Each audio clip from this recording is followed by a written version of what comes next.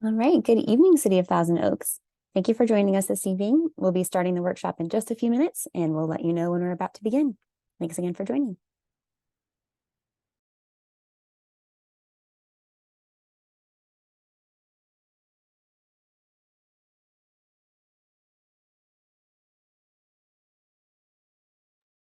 And I do see we have a translator, so for our webinar master in the back end, if we can set up the Spanish language room, that'd be perfect.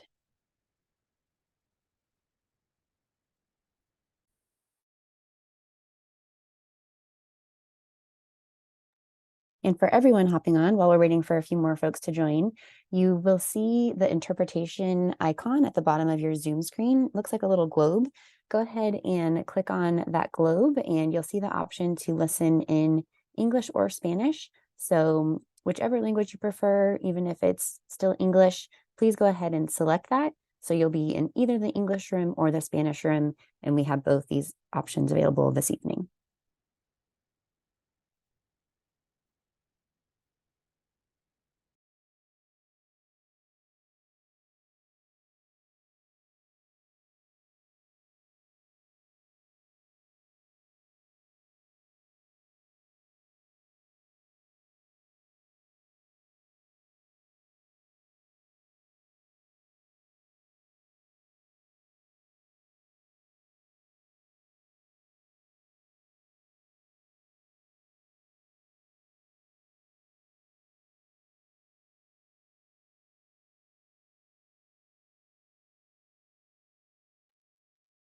All right, so I see we've had some folks join, so let's just go ahead and jump right into our workshop this evening.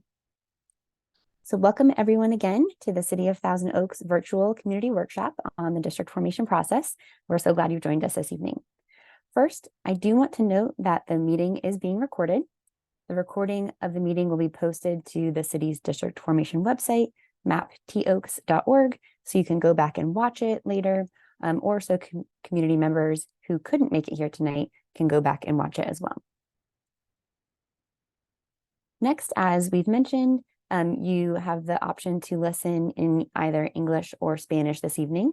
So please select the language room at the bottom of your screen. As I mentioned, even if you'd like to stay in English, please go ahead and select English using the drop-down menu in Zoom, or select Spanish in that same drop-down menu, and everyone will then be in the language room of your choice. We're also looking forward to an engaging dialogue at different points in the workshop this evening. There are a few sections where we'll ask for your feedback and invite people to share comments at that time. So during those sections, we'll ask participants to raise your hand and a member of our team can go ahead and unmute you. We also have the Q&A enabled, so you're welcome to chat your feedback in if you prefer. All right, with all that housekeeping out of the way, we'll go into introductions. So my name is Jen Nentwig. I'm a principal with Trippepi Smith, and I'm your facilitator here tonight, and also part of the team assisting the City of Thousand Oaks with outreach about this important issue. Also with me from Trippepi Smith are Madeline and Ethan. They're assisting on the back end, taking notes and recording the workshop. Here with us tonight, we also have Kristen Parks from National Demographics Corporation, the demography team working with the City of Thousand Oaks. So Kristen, would you like to say hi and share anything more about yourself? Hello, I am part of your demographer team along with Doug Johnson from National Demographics. Thank you. Thank you. And the city communications team is with us as well to answer any questions that you may have as far as the city's processes. So now let's talk about the goals here tonight. So through the districting process and events like tonight's workshop, we learn from the experts, particularly Kristen from NDC in this case. We know that districting is a complex process that doesn't happen very often within communities, so it's an important opportunity to educate and explain what the process is and why it's so important. Next, it's also important for the experts to hear from you, members of the community. As members of the community, you know the community best, and you're best able to identify neighborhoods and communities of interest that factor into drawing the district lines. And lastly, we want to go over mapping tools with you with the goal of empowering you to give effective feedback. by absorbing the content that we're going to be sharing tonight, by talking with your friends and neighbors. Those are all great ways to participate and provide effective feedback to inform this process. And next, we'll address the question, why should you care? Fundamentally, we know democracy just works better when people are engaged. Being engaged means you're aware of the issues and weighing in on important matters that factor into how your city is run. Second, there are things that you just know best about your community, as we mentioned on the previous slide. And so it's essential that those involved in the process hear from you. And lastly, this is really a once-ever opportunity, in this case, to be part of the city's process of forming the first ever city council districts. And the districts determined in this process will be around until 2031. And next, I'll just briefly go over what you can expect in the rest of this workshop. We'll be turning things over to NDC to share more about the background of the process and the transition. Then we'll cover the legal requirements for districts and go into a discussion of the draft maps and the focus maps in particular, and then walk through the public mapping tools to make sure that you're familiar with how you can provide feedback and even some draft maps. And just want to emphasize again that the goal of tonight's workshop is for you to leave empowered to participate and to share your feedback as the districting process moves forward. So with that, I will turn it over to Kristen from NDC to share background on the process. Thank you so much, Jen.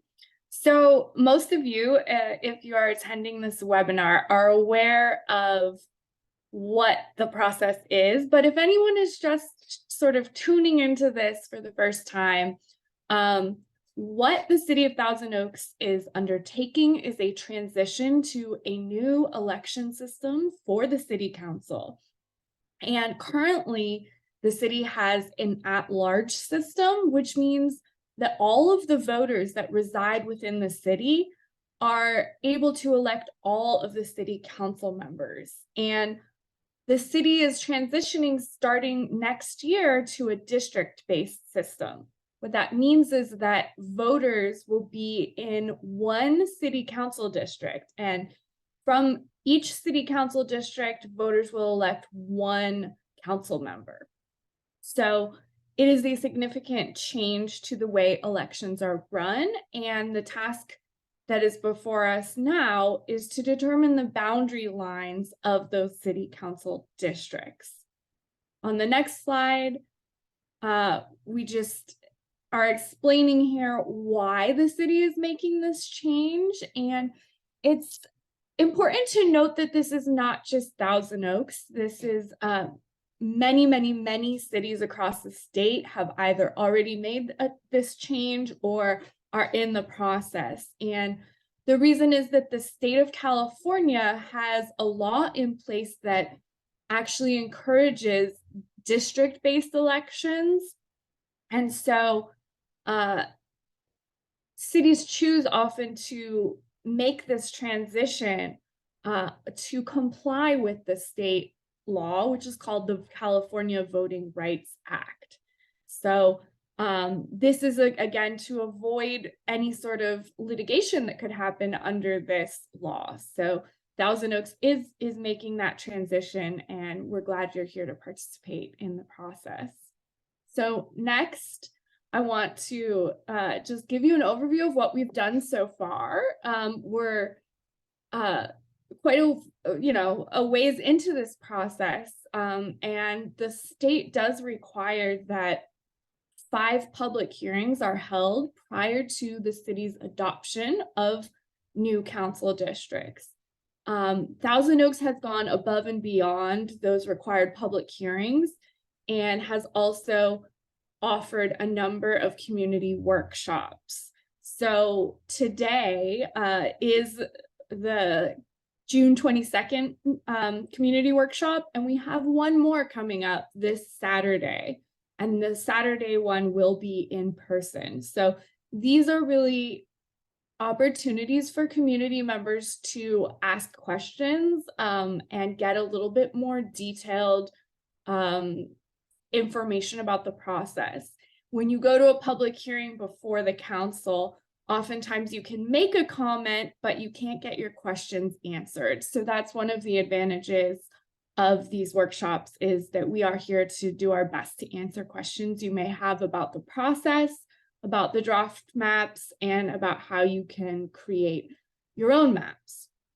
So moving right along here, I do always want to review the legal framework that we're working under. And we have federal law and California state law. And this makes districting a little bit different for cities than it is for instance, a school district or the Parks and Rec district. So first, under federal law, we need to make sure that each of the city council districts are relatively equal in population size. There is a certain amount of deviation that is permitted, and if any of the maps drawn by the public exceed that range of permissible deviation, we do flag that and consider those maps ineligible. We also must comply with the Federal Voting Rights Act, which is different from the California Voting Rights Act. And we do that by looking at protected classes of voters to see if they may be concentrated in certain areas of the city or may be large enough to form a majority-minority district. Now, even though we are looking at race and ethnicity, we cannot draw any districts where race or ethnicity is the primary or sole factor in the creation of that district. That would constitute a form of gerrymandering that is prohibited by the federal courts. Under California state law, cities are given a list of 4 criteria that are ranked in order of importance. So the state of California says that city council districts, first and foremost, should be geographically contiguous. That just means that each district should be one complete piece with no disconnected parts to the extent possible, right? Second, to the extent possible, city council districts should not divide neighborhoods and communities of interest. So we can think of each district as a collection of neighborhoods and communities. Third in importance is to create districts that have easily identifiable boundaries. And the way that we accomplish this is to draw our boundary lines to follow major roads, highways, creeks, waterways, rather than smaller roads, or even just drawing a district boundary, on the parcel line between 2 backyards, right? It's much more identifiable if those boundaries are well known by everyone in the city. Finally, there is a goal that districts should be compact, and this can be a sort of confusing concept, but once we start looking at maps, it becomes a little bit more understandable, because compactness is defined by the California state law as a compact district is one that's not bypassing a nearby area to include a farther away geographic area of population. So sometimes when you get districts that snake around, that's where you start to have less compact districts. Now, that may be okay, because these criteria are ordered in importance, and compactness is last on this list. So you may have a district that's not very compact, but the reason for that is because you're keeping together a neighborhood or a community of interest that is also not very compact. So that's how we handle the rank ordered criteria from the state. Finally, after we've ensured that we are doing our best to comply with federal and state law, then we can think about other redistricting principles that may be unique to the city of Thousand Oaks, like if a certain area is growing faster than another, or if we want to make sure that we are keeping council members in districts that align with their current election year, right? So that voters have the chance to actually cast a vote, and that district boundary lines don't decide who is or isn't able to be on the ballot. So lots of rules, and we will always highlight when we look at the draft maps if there are any areas to flag of ineligibility or questions about compliance with these laws. So if this is overwhelming, don't worry. Next slide. So just as we recapped all of the events and the outreach that has been done so far, this is an incomplete list, but just a snapshot for you of some of the input that we've received from community members. We've been very lucky in Thousand Oaks to have engagement in many different ways, from people submitting surveys on the MAP T Oaks website to sending emails and commenting publicly at the meetings. So all of this community of interest input and public comment has been documented and is on the website. So if you're looking to see more about what your neighbors and other Thousand Oaks residents have contributed so far, there's a ton on that website, which is maptoaks.org. The next slide. So we'll pause here for Q&A, and then just to give you a little preview of what's next, I'm going to review for you all of the maps and mapping tools that we have, so that you know how you can most effectively give feedback and participate at this particular juncture in the process. Perfect. Well, thank you, Kristen. And this Q&A here now is a great opportunity to see if there are questions about the process you described, about the background and the criteria. So we'll turn it over to our participants tonight and see if there are any questions. We'll take a look at the Q&A as well as any raised hands.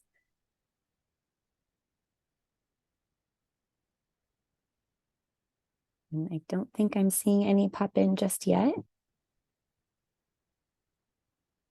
So we will have another period of time where we can ask questions as we go. We'll definitely see if there are any questions popping in the next little bit. But at this point, I think we're okay to move on to the mapping discussion, and then we'll give folks another chance to ask questions at a later point in the workshop.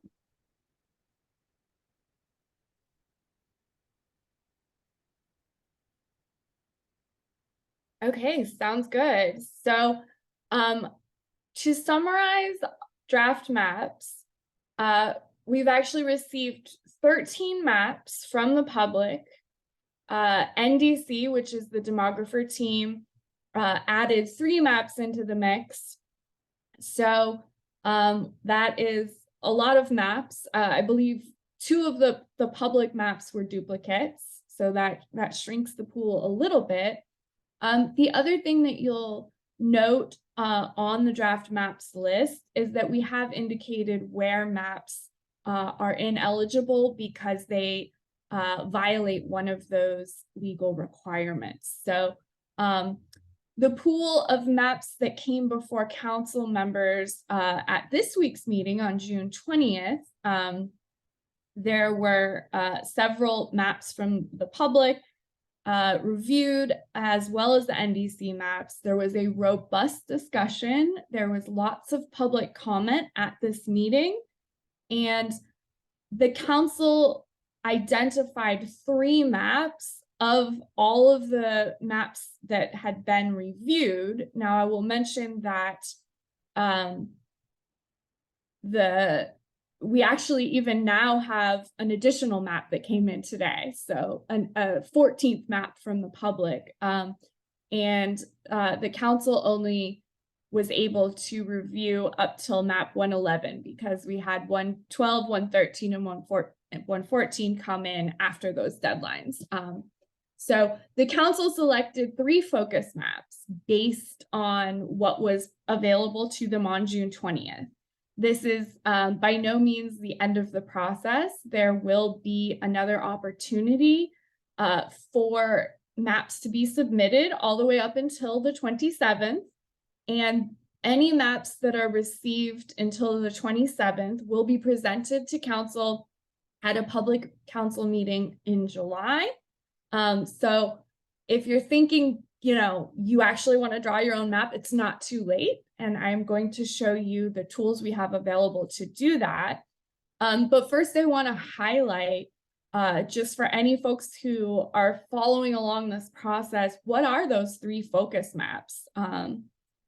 So what happened was the council said that they liked Public Maps 104, 106 and 111, but 106 and 111 had to have one modification made to each map. And if you were watching that council meeting, you'll see that that was really in response to the overwhelming public comment that came in via email and participation in the meeting, saying that the orchard parcel should be included with the district that is being labeled District 1, which is Newbury Park south of the 101 freeway. So NDC modified map 106 and map 111 to make that change to include the orchard parcel with District 1. So that's what 106B and 111B are. So the 3 focus maps are Public Map 104, 106B, and 111B. And again, those are not, the council's not limited to only considering those maps going forward. There will be additional maps that they will be considering, but this gives us a little bit of insight into at least what the council's preferences are going forward. So really quickly, I do want to show you those maps, and it can be helpful too if you're thinking about drawing your own map to see some of the features of these maps that council did like and appreciate. So first, we'll show you map 104. Oh, I'm sorry. And again, you can go look at all of these maps if you want to on the website. You can pull the PowerPoint back up. That's fine. I don't need to go to the interactive review map, but just to show you all that there is a place that you can view these draft maps online and zoom in and out. And this is where I think all the way up to Public 114 is now available on the interactive page, but we haven't gotten the PDFs up yet. So those will be up by the end of the week. Okay, next slide. Let's actually look at 104. All right, so Public Map 104 here, you can see creates some of the features we see of this map are that it creates a sort of central district that includes that includes the area around the Oaks, the Jan's Mall, going up Moore Park all the way to Avenida de los Árboles, and then actually uses the Moore Park Freeway as the boundary line there on the eastern side, and then follows Hillcrest almost all the way to Russell Park to incorporate the area around the boulevard. And you can also see that central district, it looks like it's non-contiguous, but it actually is following Hillcrest there over to the west side there and pulling in some additional area. We also have here a District 1 that is Newbury Park that very cleanly follows the 101 freeway and then goes east up to Venture Park. Then we have a District 2 that incorporates really a lot of the northwest part of the city, including the university and Los Robles Hospital, etc. District 3 here is again really the northeast part of the city, And in this particular map, it's crossing over the Moore Park Freeway again. And the boundary line on the northern side there is Olson. You can see that there are that District 5 here is not very compact. So one of the discussions that the council had was really defining what are the socioeconomic characteristics of this sort of central part of Thousand Oaks, whether you want to call it the business corridor, the downtown, the areas where there's more multifamily housing. And so there's definitely a conversation around what the community of interest is here and how we can draw a district to keep that community together. So that's 104. I'm gonna go move a little bit quicker here. 106. Before we go on, I am actually seeing some engagement now. So I'll pause just in case it's related to this slide, and Of course. Yep, we've got some Q&A. So for Suzanne, we'll go ahead and allow you to talk. You should be able to unmute now. Hello? Yep, we hear you. Okay, it's very hard for me to read this map because it's very small on my computer.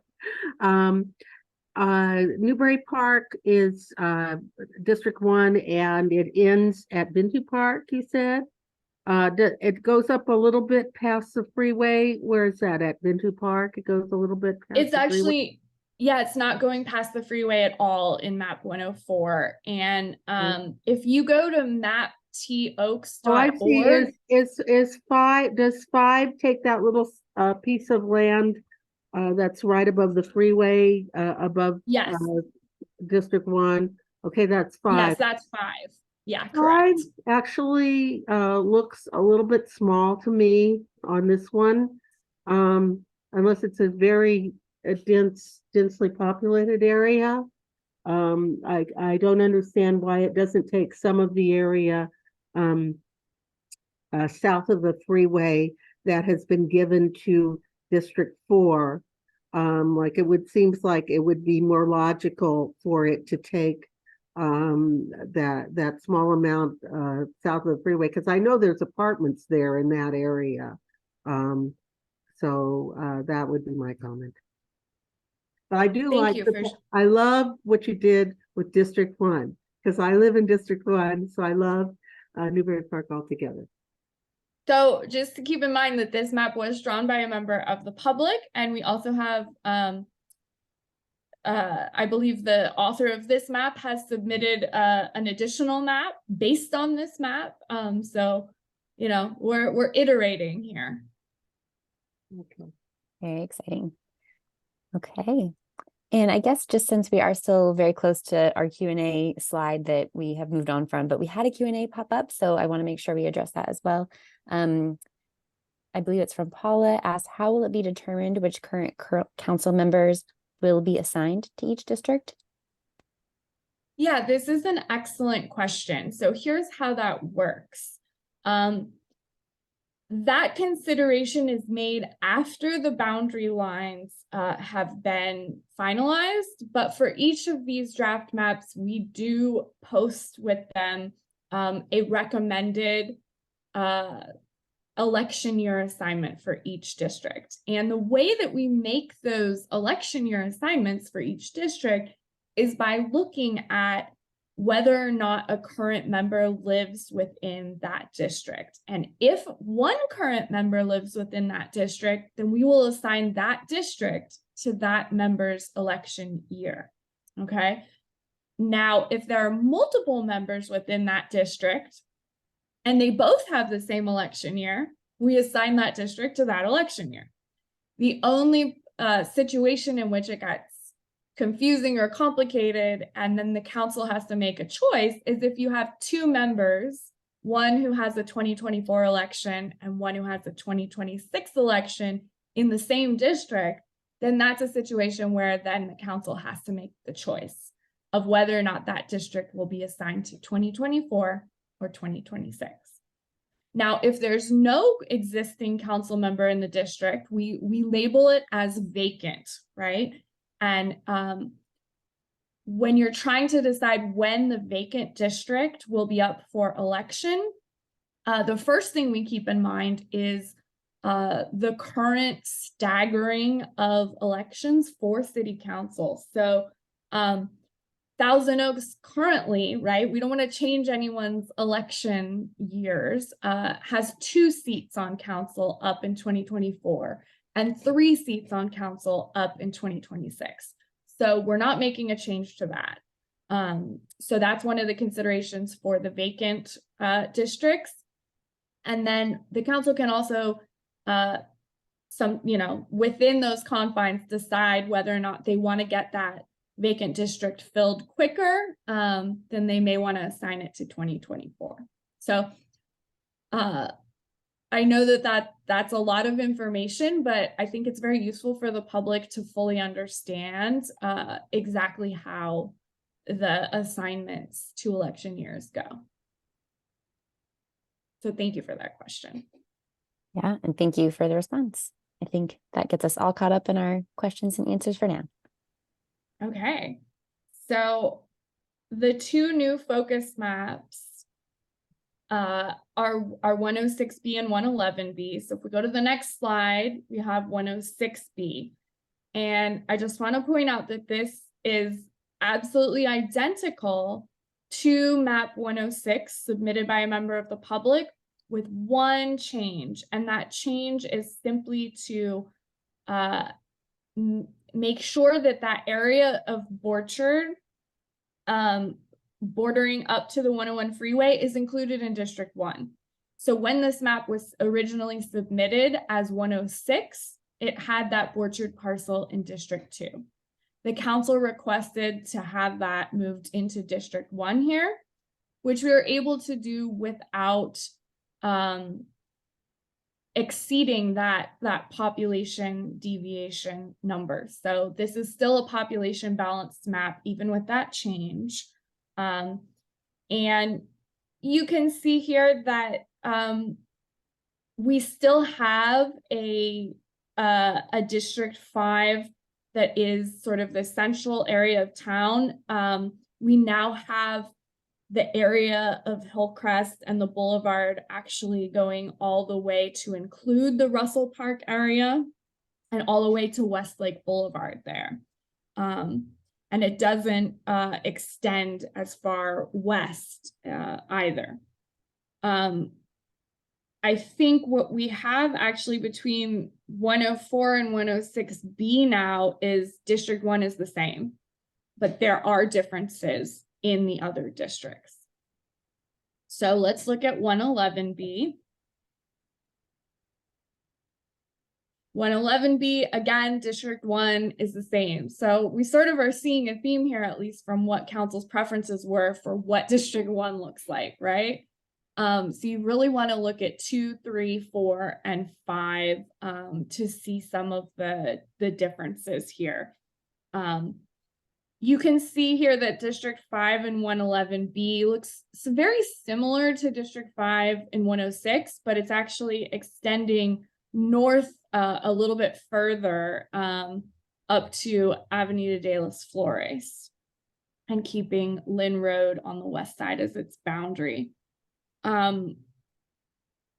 So if you're looking at these maps and you think that you have a preference, one or the other, that's useful information for you to share with City Council. You can do that either via email through the maptoaks.org website, or the kind of last possible moment to give that feedback would be at that July public hearing. So I also want to show you the tools that are available if you do want to draw your own map. And I will say we've gotten good participation and good maps from the public so far. Most of the maps submitted by the public have been population balanced, which is wonderful. We haven't really had to disqualify too many maps.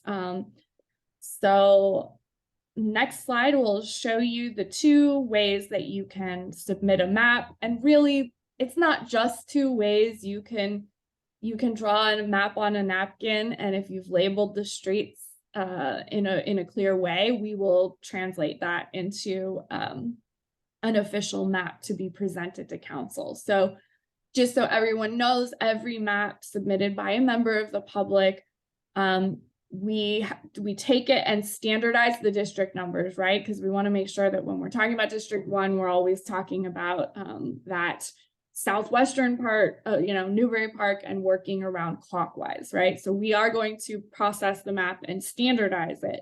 But if you submit a map, it will be entered into the public record, it will be posted on the website, and it will be presented to council for their consideration.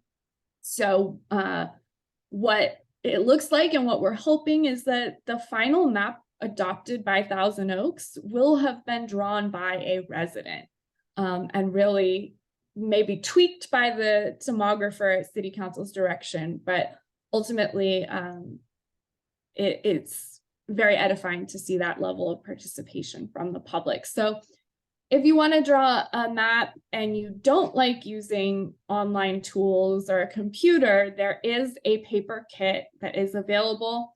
You can get this either by attending one of the in-person meetings, or you can download this PDF and print it at home and draw a map directly on it. We have received some maps this way, and so it works relatively easily for you to draw a map. There are population numbers on the paper map so that you can use your calculator and make sure that you're drawing districts that are relatively equal in population size.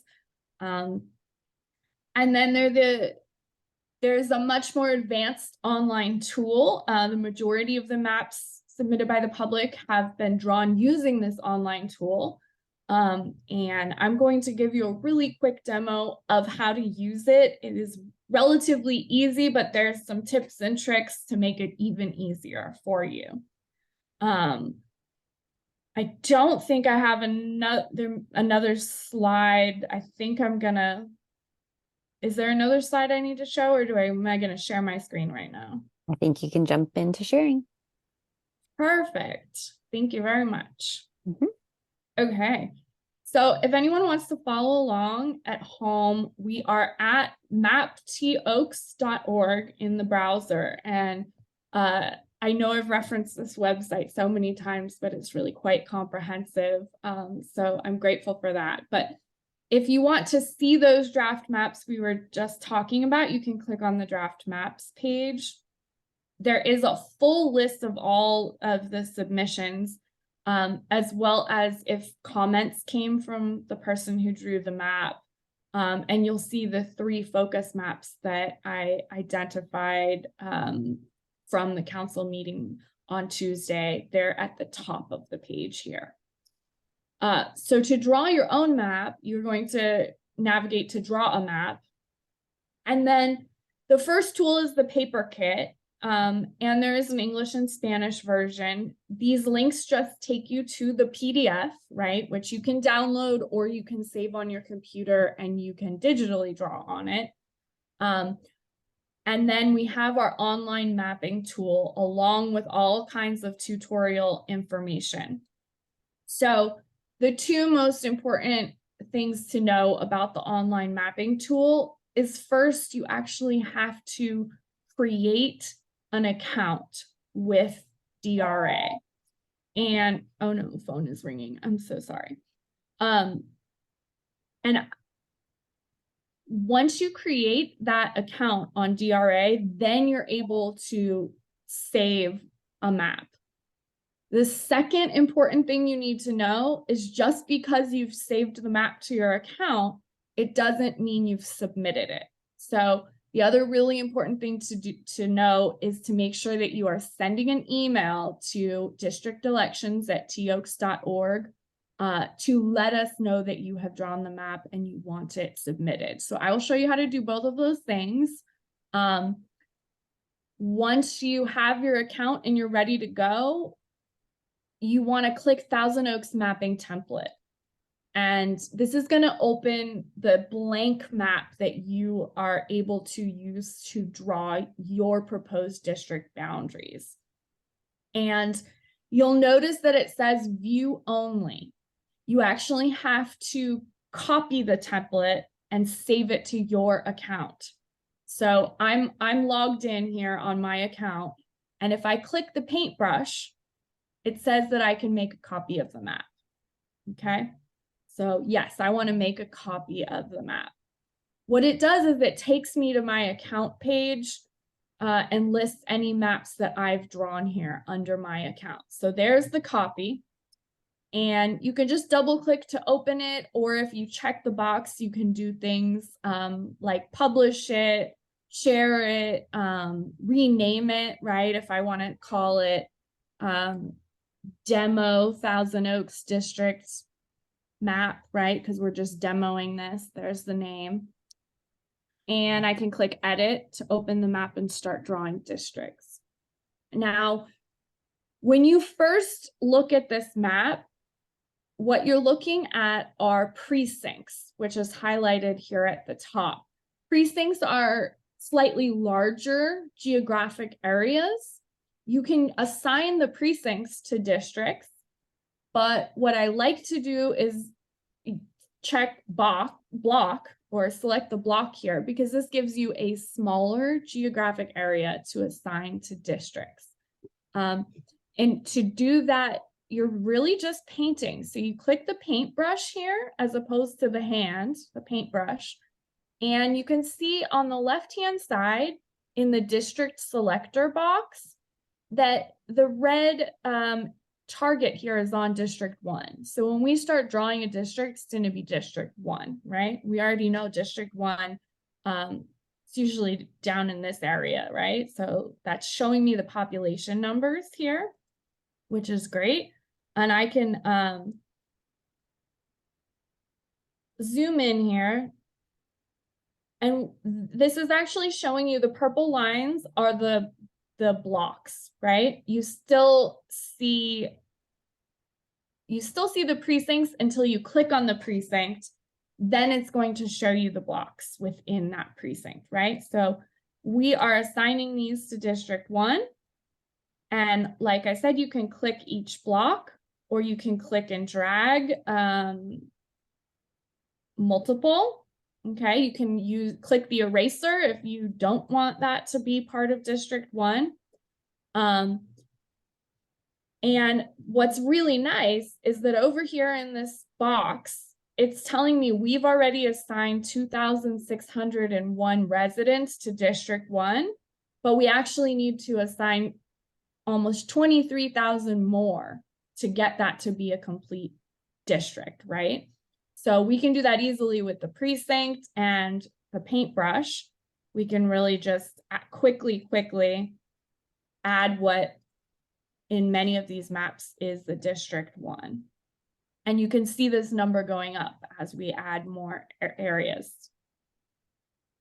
This tool is a very powerful tool. It has a lot of data on the back end. So now it shows, okay, we're getting really close. We only need 2,882 more people to this district. So there's Orchard parcel. There we go. Now it shows that we're actually this is pretty much big enough to be District 1. One thing I want to show you is if you zoom in here to this area south of Lynn Road, you do have one little block that is disconnected from the city. So this is always going to be non-contiguous. And what that means is that you can decide whether you want to assign that little block to District 1 here, or to whatever other district you draw over here, right? But that's the only non-contiguous, I believe, block in the city. All I do to start drawing District 2 is I go over here and I click the green target for 2, and now I can start drawing District 2 if I want to draw District 2, right? You do this all the way until you have assigned every precinct and every block in the city to a district. And you're going to be looking over here to see that you are hitting the correct population numbers. If you want to look at the statistics for your districts, you click the statistics bar. It's quite nice. It will tell you a summary of per district number, how many people are assigned to that district, and then what the deviation is, right? It will also tell you if it's contiguous or not. And this is like if there's no holes in your district. So you're looking for green check marks here.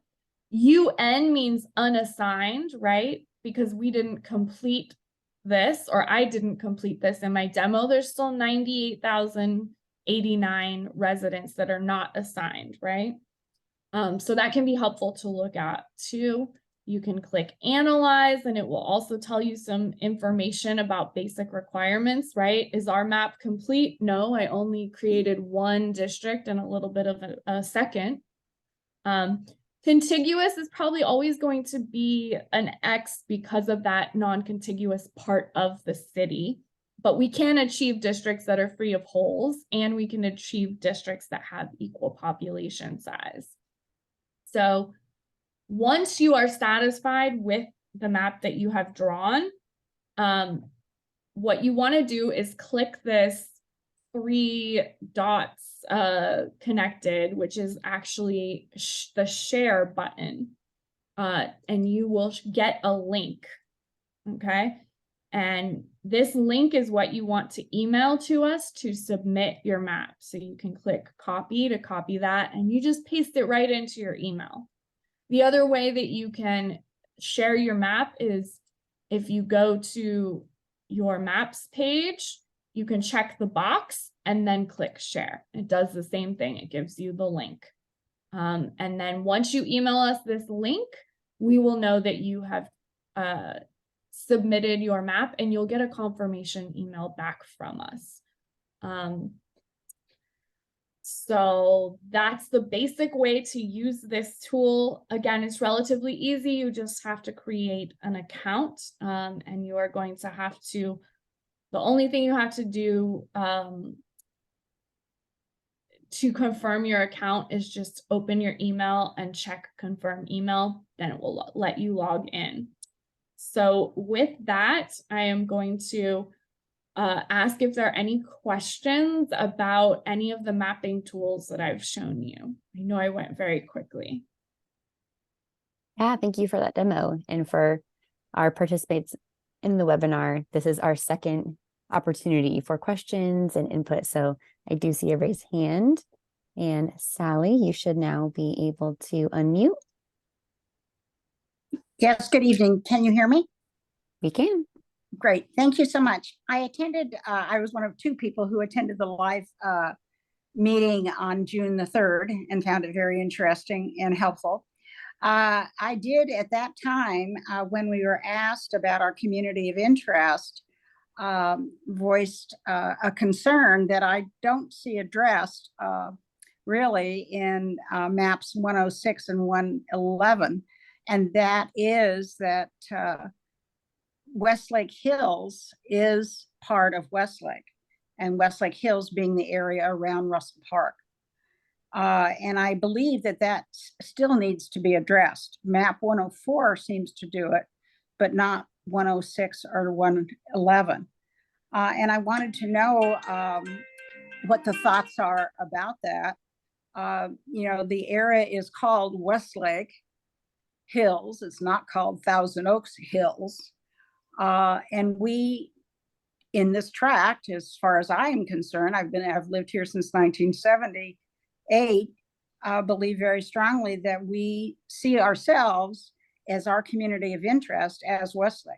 Our kids go to Westlake schools, we shop in the Westlake area, we recreate in the Westlake area. I made a point at that meeting to say that Westlake tends to run north and south rather than east and west. And I think it's very important when you're looking at District 4, maybe you could put up map 104 for a moment. Yes.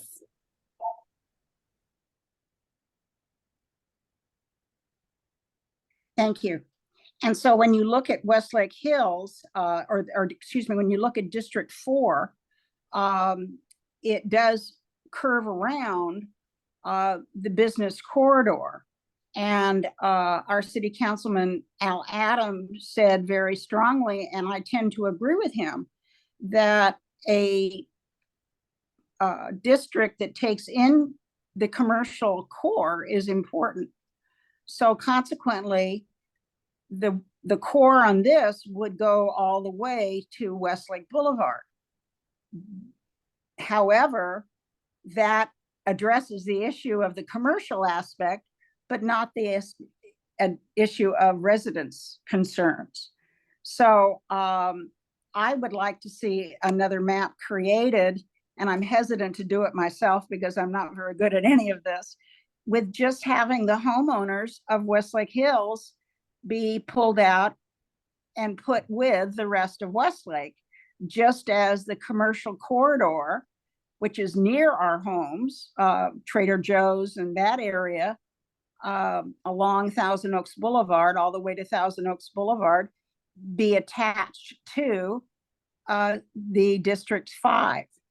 So the District 5 can be concentrated as a community of interest focused on commercial aspects all the way up to Arbalest and all the way over to Thousand Oaks Boulevard. And then the residents' concerns can be addressed by the residential primarily area of District 4. Do you know if that is possible or something that we could perhaps pursue? I'm pulling up the interactive map right now just to see of these options. I'm sort of thinking NDC orange. Did you see that map? Yes, I saw them all and I studied them pretty carefully. Okay, I'm gonna go ahead and share my screen and you let me know if this is closer to what you see as your community of interest or a better boundary line, right? So this goes all the way, business corridor, all the way to Westlake, and then goes up all the way to, not all the way to Arbalest. I know you said all the way to Arbalest, but is this closer to what you're thinking? Well, not really, because the Russell Park area is still attached to District 5. And the Russell Park area, Westlake Hills tract, needs to be with the rest of Westlake. Okay, so when you're talking about 104, you say this makes sense here. The hub. Yep. So how, is there a change that you would like to make to Yeah, it would just go along that area of Hillcrest, which would take in, you know, it just extend that line of Hillcrest on the east corner at Duesenberg and Hillcrest. right there. here? Yeah. And so you're going to cut out and remain the purple like it is now. And I guess that block that they look like they would be the commercial blocks down closer to Thousand Oaks Boulevard, those big rectangular blocks, that I believe is all the commercial property. Yep. Yeah. Yeah. So that would be carved out and attached to District 5. I see what you're saying. Okay, let me see what the block does, if this is what this block is. See, that's all one block. Yes, and you're saying you would carve it right there? Yeah, well, that would be the problem. It's actually all connected. Well, so this residential is connected here to the commercial. How is that? I mean, we're voters and that's commercial. Listen, that makes no the sense. The reason for this is that this is the smallest geographic unit coming from the US Census Bureau. And a lot of these blocks are completely illogical. They were created in the 1980s by the federal government and have not necessarily been updated since then. The reason we have to use them is we don't have population data. The census counts by block. So we don't have population data any smaller than this that we can use. So, you know, this is frustrating. but I'm glad that I'm able to show you why you can't draw that line right behind, Rite Aid and Ralph's and the businesses. That makes, yeah, I understand what you're telling me intellectually, but for the voters and the city residents, I mean, we're residents, we're the ones who Oops. vote. The commercial aspects may be owned in God only knows where, and don't vote in our local elections. I hear you. So there's basically nothing that can be done about the citizens, the residents of Westlake Hills, Russell Park being attached to Westlake Hills. I mean, being attached to the city of Westlake.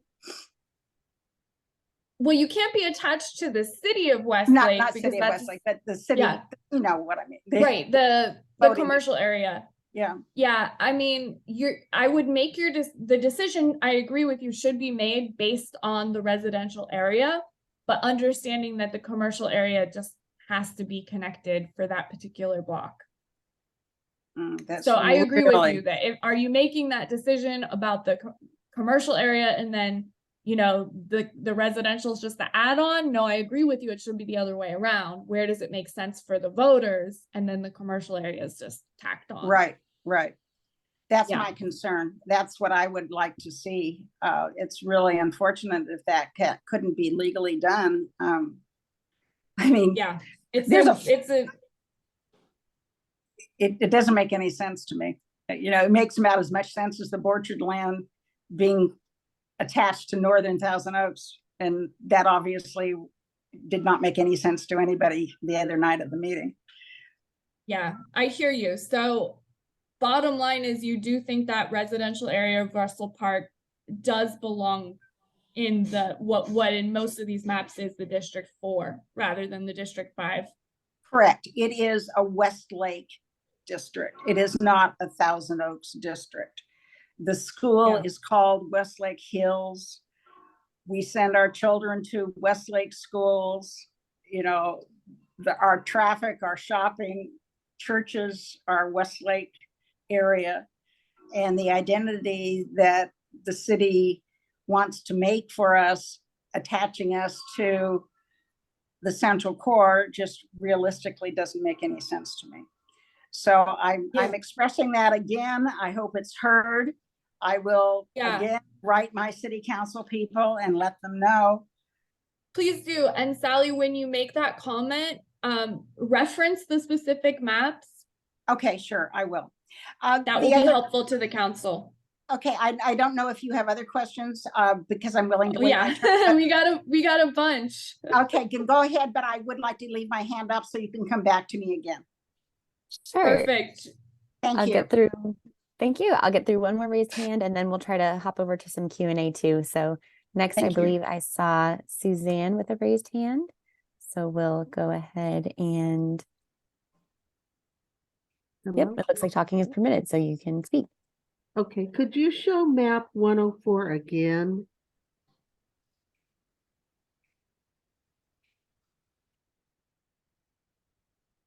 Okay.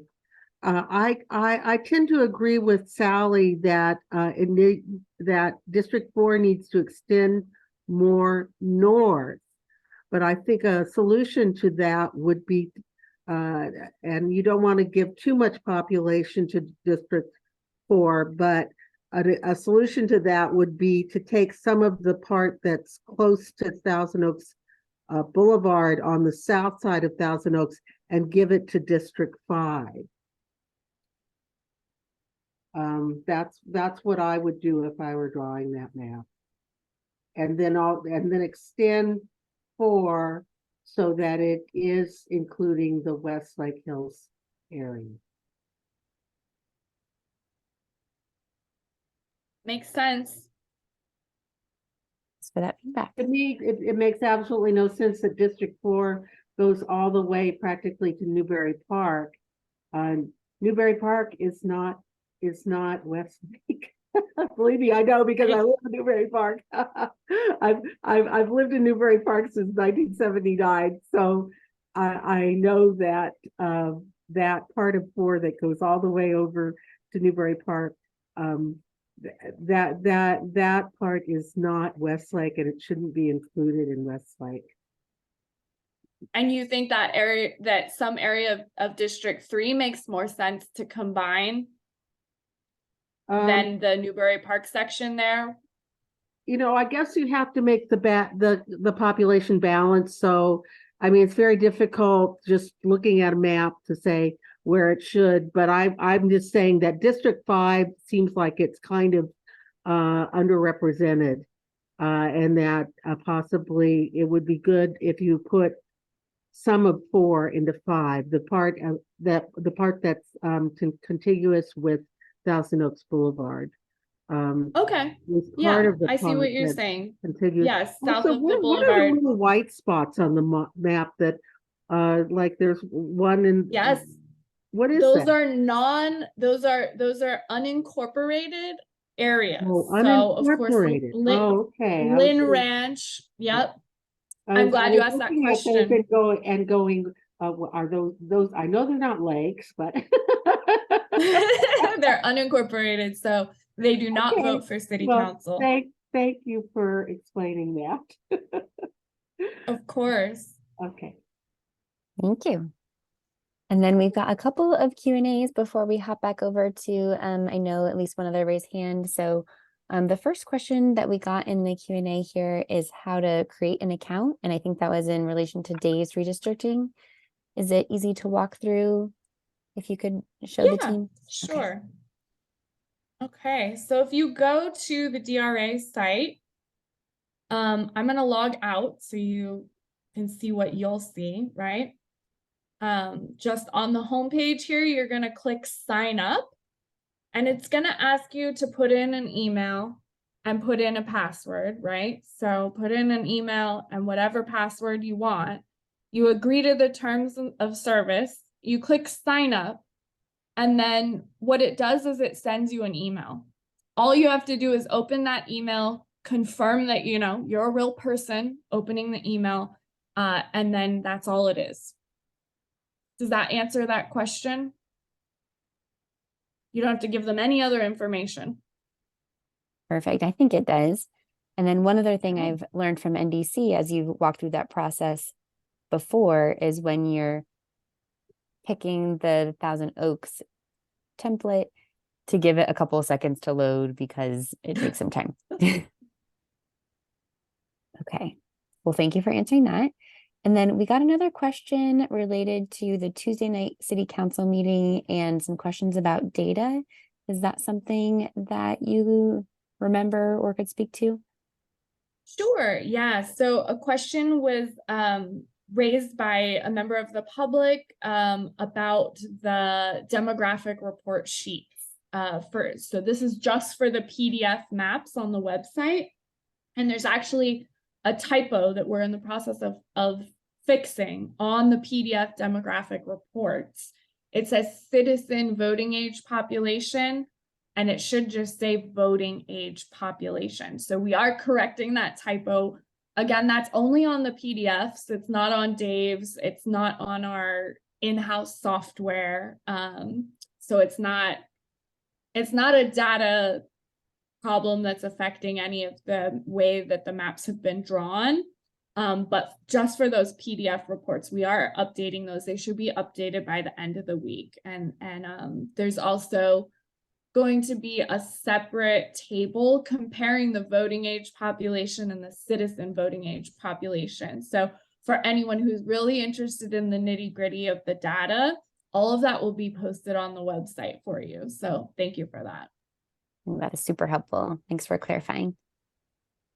Okay, and then I think we can go back to the raised hand from Sally. So we'll allow Sally to unmute. Actually, I was just going to lower my hand because that was my question about the data. I really want to applaud Mr. Rashid for bringing some of these points up. If he ever needs to be hired, I think he's got a good job skill that NDC might be wanting to consider, because he seems to pick up on these nuances that a lot of people leave out. But anyway, I'm glad that you are fixing that because it does need to be addressed. Thank you very much. All right, great feedback, great questions. I'll pause for just another little bit and see if we have any other questions popping up.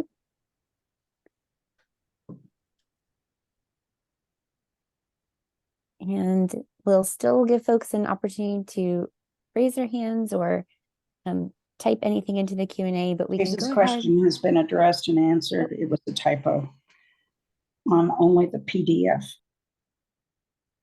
Yep. So I think we've got that. We can move back into our slides. And as we pull up the slides, you'll see that we really just want to highlight how you can continue to stay engaged and how you can share your thoughts. So the slide that you're looking at, again, shows the website, maptoaks.org.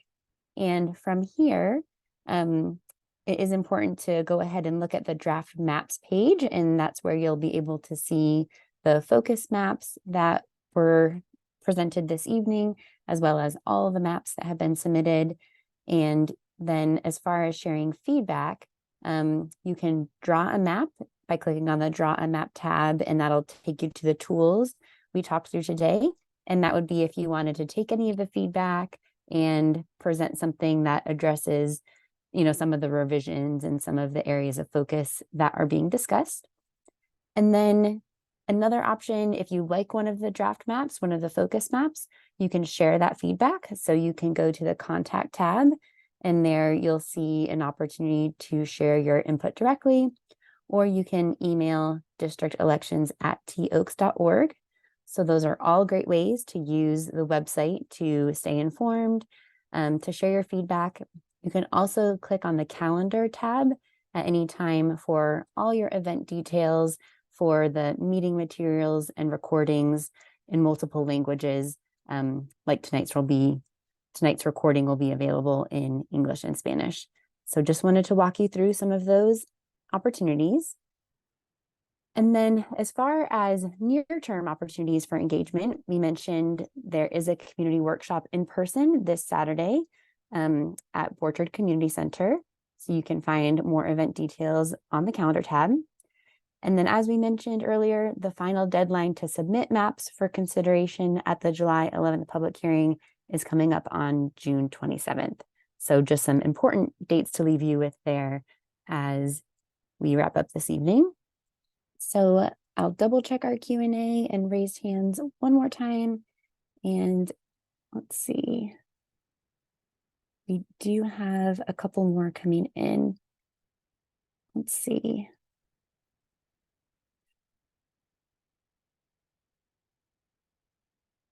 I'm just seeing if we have questions or more comments. So I think we've got. So I can answer a couple of the Q&A, and then I think there's one hand up. Perfect. Do you want to take the hand first? Yep, we'll go ahead and shift gears over to the hand. And it looks like you should be allowed to talk. And that's over to Carol.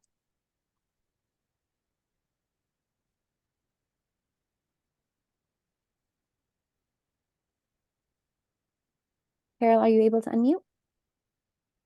Yes, I did not know I had the ability to do that. Thank you. There we go. Thank you for this information. I've been to several meetings, but this has made it clearer than any of the others. So thanks for that, for your explanations.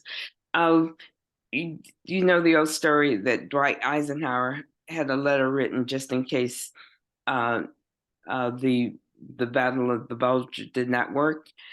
What is the plan or the next step in case we go through this process and either the citizens or the city council don't like what the end result is? What happens then? If the citizens don't like the end result? Yes. Well, I guess the answer is really, it depends. If you don't like the end result and it's just you don't like it, phone's ringing again, or if you don't like the end result and there's some, legal anomaly, right? So our goal as consultants is to try to help avoid the city council adopting any map that would have a legal problem, right? That would create room for lawsuits against it, right? We don't want that to happen. If a map is adopted that's fully legally compliant and you don't like it, your next opportunity to change it will come after the 2030 census.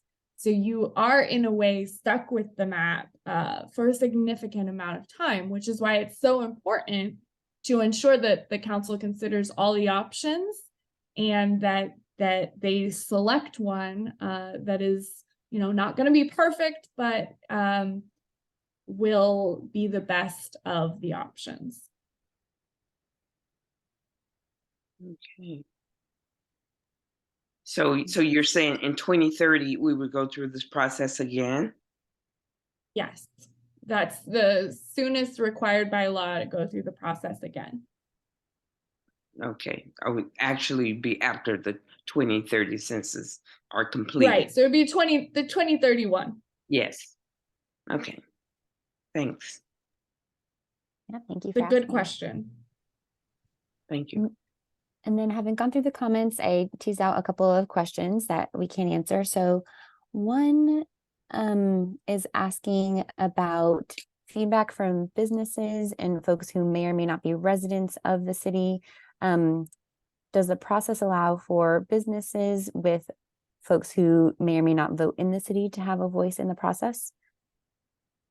It's an interesting question because the way we have it set up, anyone can submit a map. They don't have to prove that they're a voter or resident of Thousand Oaks, right? If someone in Chicago wanted to submit a map and the council thought it was a great map, they could, there's no legal reason why they couldn't adopt it. However, businesses or people outside of Thousand Oaks are not actually don't actually have any decision-making power in this, because ultimately the map will be voted on by your current 5 city council members. And so in order to adopt these district boundaries, it's the city council that is voting, and the city council is elected by the voters of the city. So if the council members, if you think of them as your proxies, then they're the ultimate decision makers here. Okay, that makes sense. And then we did get a question asking for some clarification on the population that is factored in on the back end of the maps, whether it includes voters or non-voters, essentially. So can you tease that out a little bit more for all of us? Yeah, that's an excellent question. So according to the United States Constitution, when you do a decennial census every 10 years, you must count every single person, whether they're 5 years old and an immigrant, or they're 18 and a citizen eligible to vote. So those are the numbers we're required by law to use when determining that the districts are equal in population size. So when you just see the total population, that's everyone. Now, it's not everyone as of, today, June 22nd, 2023. It's everyone as of 2020. According to the 2020 census, that's what the numbers were required to use.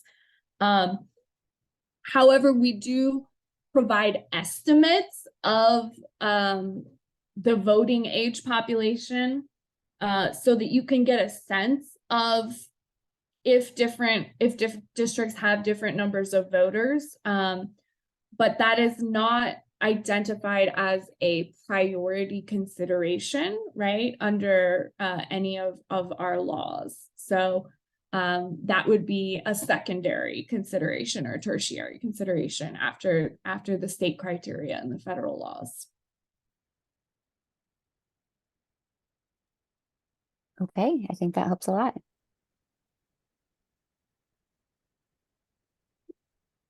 All right, and I think that answers all of our questions, and I'm not seeing raised hands. Kristen, were there any other thoughts that you wanted to share or anything else before we kind of wrap things up this evening? So there's another sort of question about community of interest. And I just want to say that The community of interest definition comes from the Fair Maps Act, and this is a new law as of 2020. And so we haven't seen, as of yet, any courts, any litigation around that definition of community of interest. It's defined right now as a geographic area that has common interests and socioeconomic characteristics. We haven't seen any, we don't know how courts will interpret what a community of interest is. We do understand that under the law, it is a relatively broad definition. But I'm sorry, I can't give you a better answer because it's a new law and we don't have, precedent on how courts interpret that.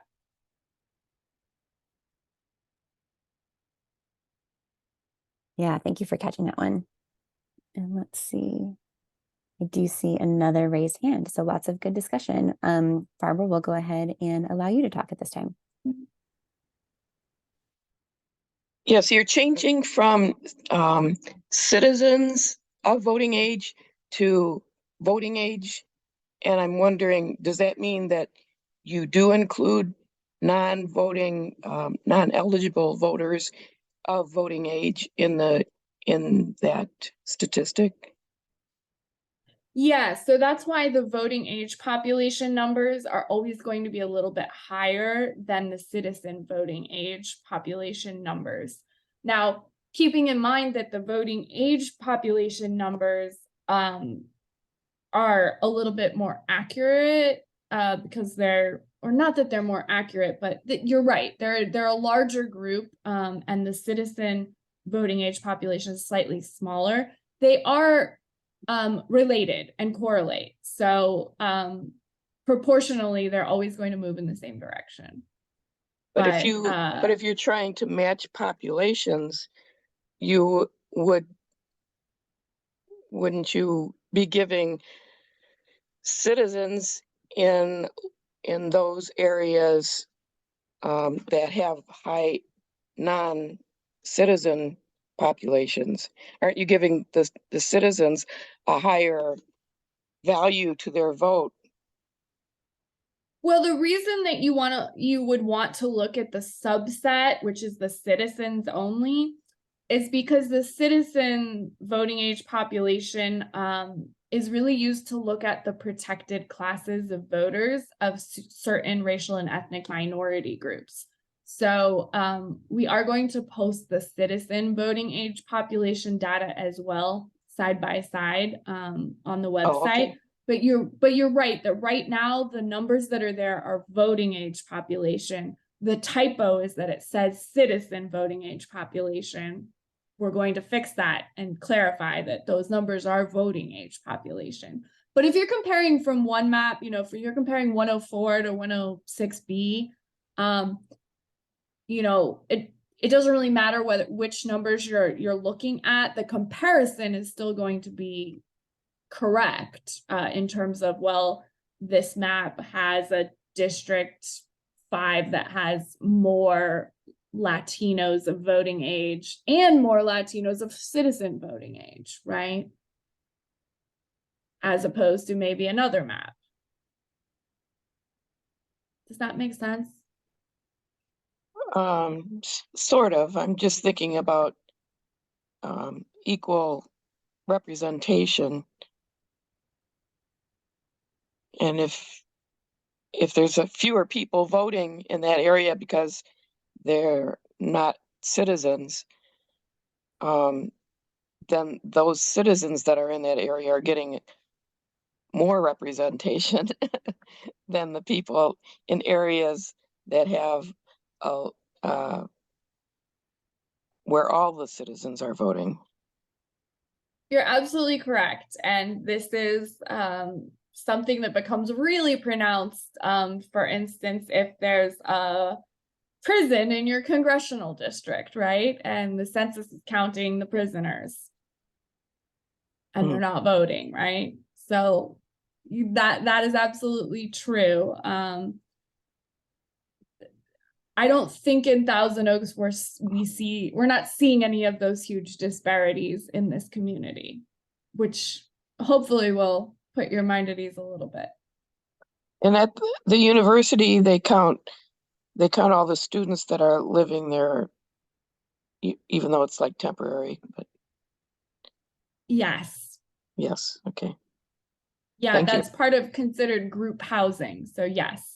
And you'll notice if you look at any of the maps that it is, I think it's over 1,000 people in that sort of campus area. Okay, thank you. Thanks to everyone who had questions tonight and chimed in on some good dialogue. Just double checking now our Q&A and our raised hands.